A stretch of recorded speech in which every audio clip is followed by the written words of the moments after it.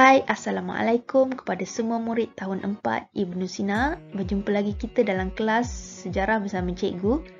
Hari ini kita akan belajar dengan tajuk Kegiatan Ekonomi Kerajaan Melayu Awal di Kepulauan Melayu. So, semua murid boleh rujuk buku teks muka surat 95 hingga 98. Okey, untuk standard pembelajaran kita pada hari ini adalah yang pertama 4.1.4 iaitu menghuraikan kegiatan ekonomi Kerajaan Melayu Awal di Kepulauan Melayu. Yang kedua, K4.1.6 menjelaskan kepentingan perdagangan jalan laut kepada negara.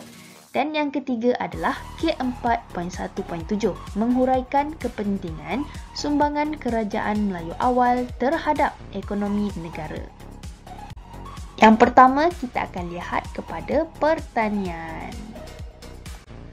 Okey, lepas kita search pertanian tadi, dia pun keluar pertanian dan kita akan klik pada yang pertama. Okey, ada budak lelaki tanya Atuk dia. Atuk, mengapakah Kerajaan Melayu Awal menjalankan kegiatan ekonomi pertanian? Tengok Atuk dia jawab apa.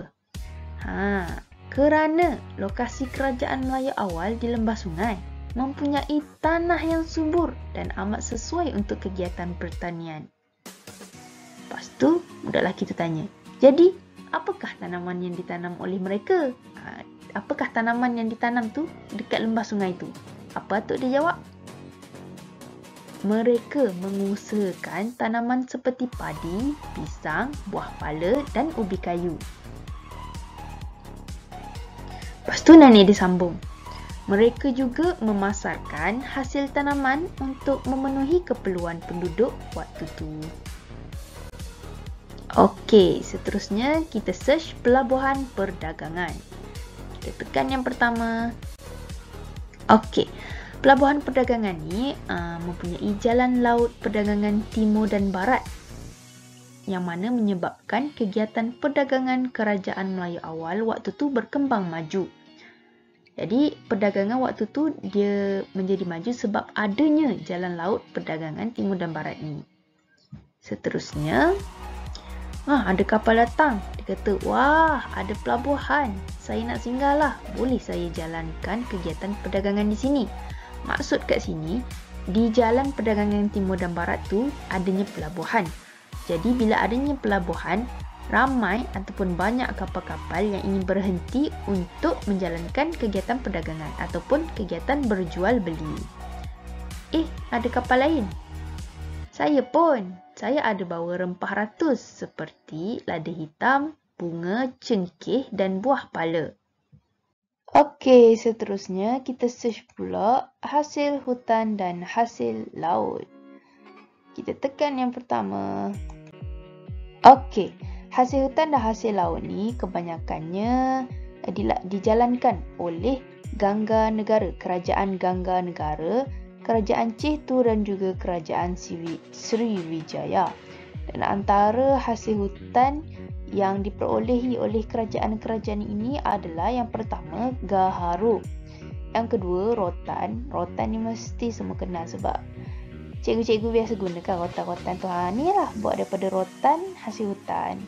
Dan juga kapur barus. Ni adalah contoh hasil hutan yang diperolehi oleh Kerajaan Melayu Awal. Dan hasil laut adalah seperti mutiara. Mutiara ni biasanya dijadikan barang perhiasan dan juga teripang. Teripang ni sejenis haiwan laut. Seterusnya kita search pula pelombongan dan pembuatan. Kita tekan yang pertama. Okey, pelombongan dan pembuatan ni biasanya dijalankan oleh Kerajaan Kedah Tua, Kerajaan Kedah Tua, Kerajaan Gangga Negara dan Kerajaan Santubong. Puteri Santubong, Puteri Sejing. Okey, dah.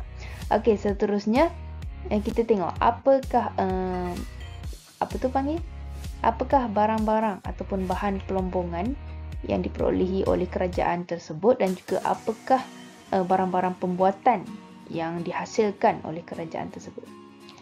Untuk pelombongan, Kerajaan-kerajaan ni dia melombong biji timah, biji besi dan juga emas. Dan untuk barang pembuatan, kerajaan ni menghasilkan barang perhiasan macam yang cikgu bagi contoh mutiara tadi tu. Biasanya orang buat sebagai gelang ataupun anting-anting. Barang tembikar ni daripada tanah dan juga senjata. Kita masuk pula kepada kepentingan perdagangan jalan laut kepada negara. Kita nak tahu apa pentingnya kita ni menjalankan perdagangan jalan laut. Yang pertama sudah pasti sebagai sumber ekonomi negara kita. Kalaulah negara kita ni tak menjalankan perdagangan dengan negara-negara luar melalui jalan laut, sudah pasti negara kita ni miskin ataupun tidak ada sumber ekonomi. Seterusnya adalah menggalakkan penggunaan teknologi baharu. Contoh yang kita boleh tengok penggunaan teknologi baru ni kalau negara kita menggunakan kapal yang baru, kapal yang lebih besar atau kapal yang lebih canggih. Okey, kepentingan yang seterusnya adalah menambahkan pendapatan negara. Okey, macam yang sumber ekonomi tu, apabila kita ada sumber ekonomi yang kukuh, iaitu melalui perdagangan jalan laut ni, sudah pasti pendapatan negara kita makin tinggi. Bila pendapatan negara kita tinggi, negara kita pun akan dikenali sebagai negara yang maju dan juga setanding dengan negara-negara besar seperti Jepun, Amerika Syarikat dan lain-lain. Dan yang seterusnya adalah membuka peluang pekerjaan. Bila berlakunya perdagangan jalan laut ni, mesti banyak barang yang hendak dibawa keluar untuk diimport, untuk dieksport ataupun import pun boleh. Jadi mesti negara kita ni memerlukan ramai pekerja untuk memudahkan proses-proses pengeluaran, proses-proses penghantaran dan sebagainya. Jadi ia telah membuka peluang pekerjaan kepada ramai orang. Seterusnya kita tengok kepada sumbangan pula. Sumbangan kerajaan Melayu awal ni terhadap ekonomi negara kita. Okey, yang pertama adalah membangunkan dan memajukan pelabuhan. Maksud kat sini adalah kerajaan Melayu awal dulu kan dia membangunkan pelabuhan, dan apabila perdagangan yang dijalankan oleh kerajaan Melayu awal dulu adalah maju, pelabuhan pun akan turut maju disebabkan ramai orang berhenti untuk menjalankan perdagangan. Jadi kemajuan pelabuhan tersebut telah memberi kesan yang positif kepada ekonomi negara kita. Dan seterusnya adalah mengeksport barangan tempatan.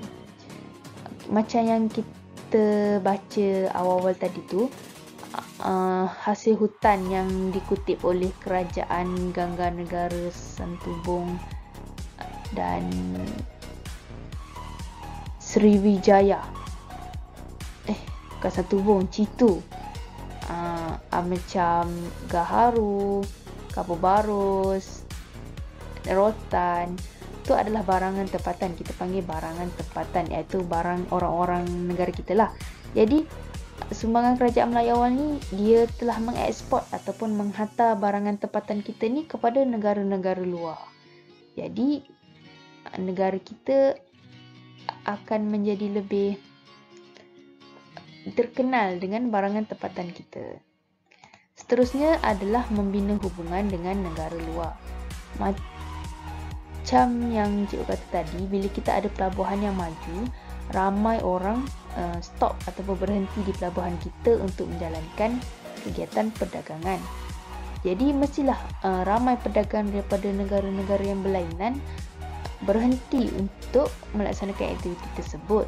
Jadi secara tidak langsung ianya telah membina hubungan dengan negara luar. Sebagai contoh, negara China dan juga negara India. Okay, seterusnya yang terakhir adalah menarik minat pelabur asing. Menarik minat pelabur asing ni ada kaitan dengan yang atas ni, iaitu membina hubungan negara luar. Jadi bila negara kita ni mempunyai hubungan yang positif dengan negara luar, Sudah pasti pelabur-pelabur asing daripada negara luar tu dia berminat untuk melabur di negara kita. Secara tidak langsung, ekonomi negara kita akan semakin meningkat dan meningkat. Dan negara kita akan menjadi lebih maju daripada yang sebelumnya. Itu sahaja untuk sumbangan Kerajaan Melayu awal terhadap ekonomi negara kita. Dan sekian sahaja kelas kita untuk hari ini. Terima kasih kepada semua murid tahun 4 Ibn Sina yang telah menonton sehingga ke akhir video. Bye. Assalamualaikum.